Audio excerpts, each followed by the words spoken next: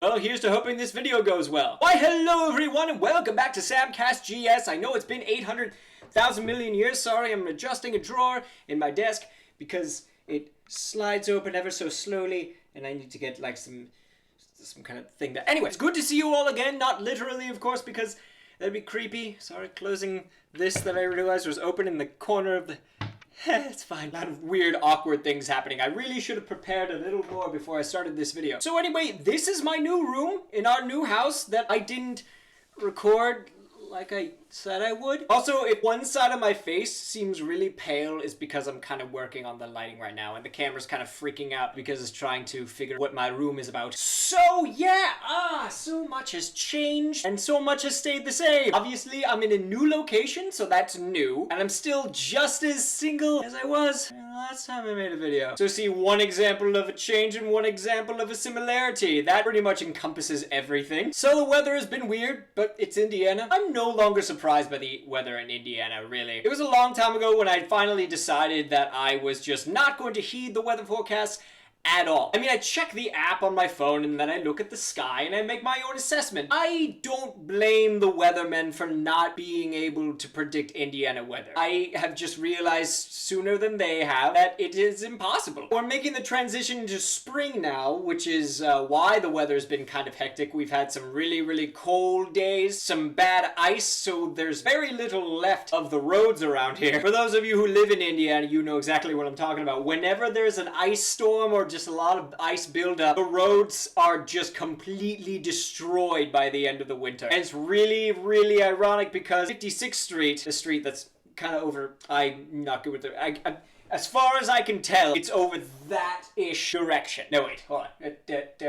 Yeah, that-ish direction. Late summer, early fall, they repaved the entire road because that road had been absolutely terrible for God knows how long. And it was all sleek and nice, new asphalt, and it was wonderful. And then this winter happens and we're right back to where we started. I mean, more work for them, but at the same time, it's gotta be a little disheartening to have worked so hard to fix this thing and then look at it a few months later like...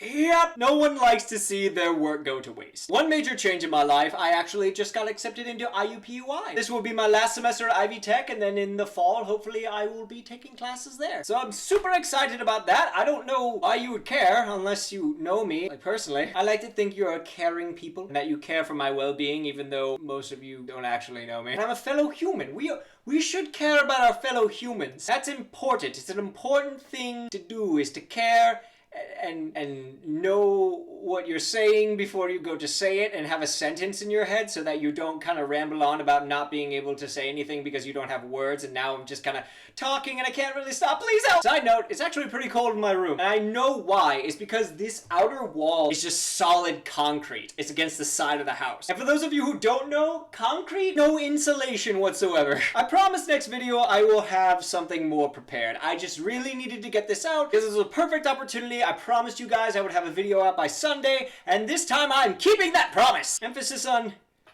this time. I'm thinking I'm going to try to do one video per week, because usually there's one day in each week where I have an extended period of time that I can devote to leisurely activities. So I think I can take maybe a couple hours that I've spent binging Monster Hunter World on my PS4 and commit them to making a video for you guys. I do it for you. Okay, I think I've rambled on long enough. You know what time it is. Yes, it is time for the dinosaur of the day. I sure hope I folded a page. Did we do Deinonychus? I feel as though we did. Hold on. Let me see. Daspletosaurus, Deinonychus,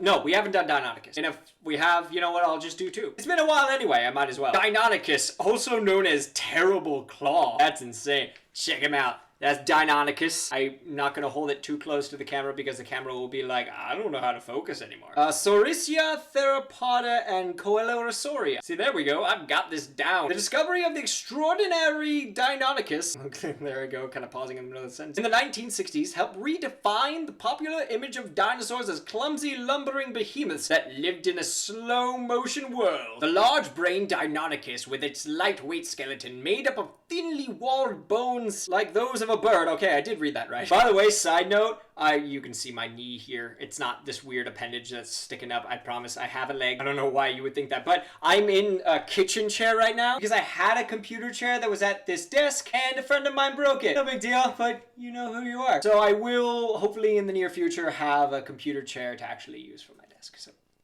where was I? I stopped in the middle of the sentence, so I gotta rewind a bit. With its lightweight skeleton made up of thinly walled bones like those of a bird, was designed for speed and agility. With its many formidable weapons, this dinosaur was clearly a fierce and fast-moving hunter. Some paleontologists surmise that Deinonychus may have hunted both alone and in packs, fearlessly attacking even much larger dinosaurs. These guys were no joke. Physically, it's 13 feet long. Whew, that's a bit bigger than I thought they would be. Backward curving serrated teeth, strong forelimbs, grasping hands tipped with curved claws, muscular hind limbs, spectacular sight-like 5-inch long claws on each hind foot. So is that like that claw, you know, that's on raptors and whatnot. You've seen Jurassic Park. The tail was stiffened with bony rods to serve as a counterweight for balance, and it has a supple neck. Fossil sites are Montana and Wyoming in our good old USA. The geologic age is the early Cretaceous. You know what, I feel like I didn't do that one before, but we're gonna go on to Dilophosaurus, and I'll kind of, you know, this might be a longer video. Dilophosaurus, two-ridged reptile.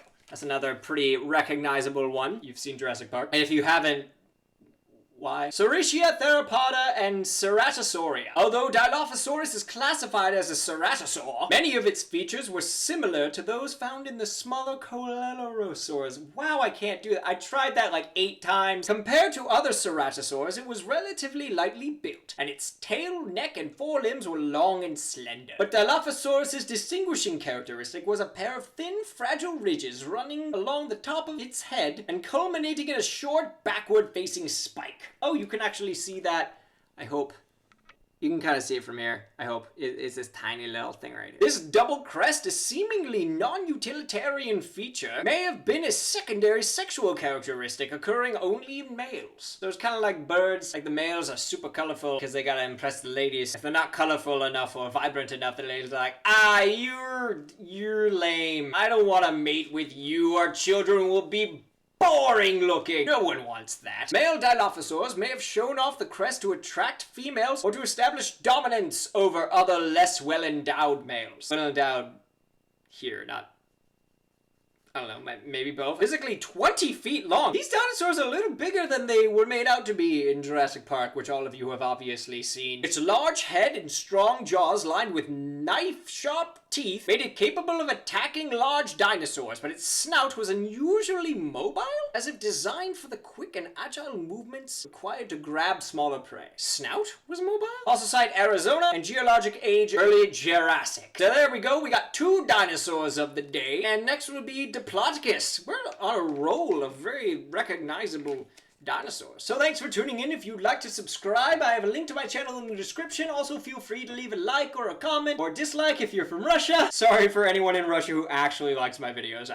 I can't get over that. All those dislikes on my Until Dawn videos were specifically from Russia. It's just really funny to think about. So anyway, thanks for tuning in. Keep cruising, my friends. Goodbye.